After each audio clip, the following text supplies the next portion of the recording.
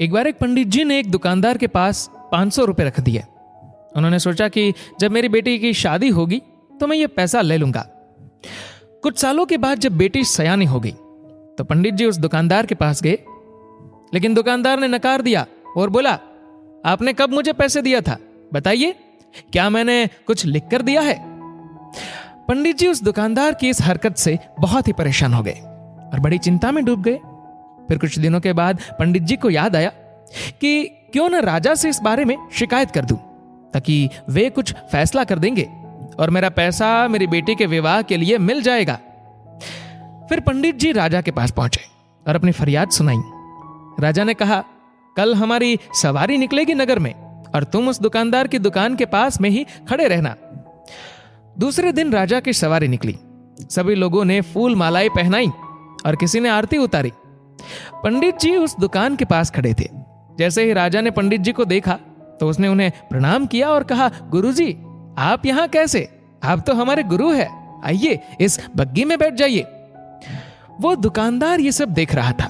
उसने भी आरती उतारी और राजा की सवारी आगे बढ़ गई।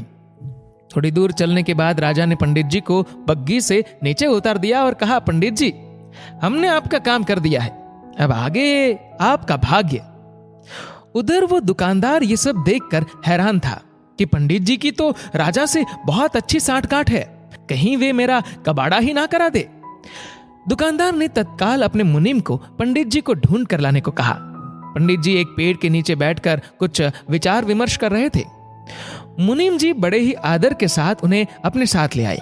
दुकानदार ने आते ही पंडित जी को प्रणाम किया और बोला, पंडित जी, मैंने काफी मेहनत की और पुराने खातों को देखा तो पाया कि खाते में आपका 500 रुपया जमा है और पिछले 10 सालों में ब्याज के 12,000 रुपए भी हो गए हैं।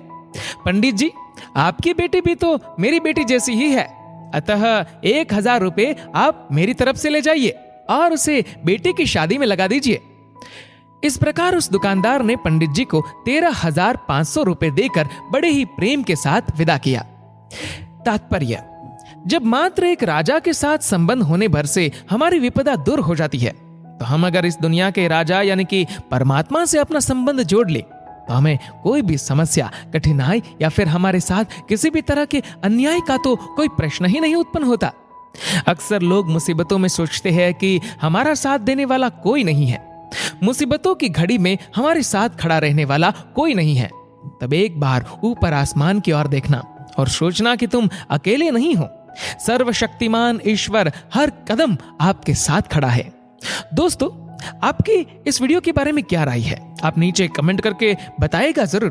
और दोस्तों, अगर ये वीडियो आपको पसंद आए तो इस वीडियो को लाइक करेगा, शेयर करेगा ज्यादा से ज्यादा लोगों तक, और ऐसे ही और भी इंस्पिरेशनल वीडियोस के लिए आज ही फॉलो करें हमारे फेसबुक पेज को। धन्यवाद।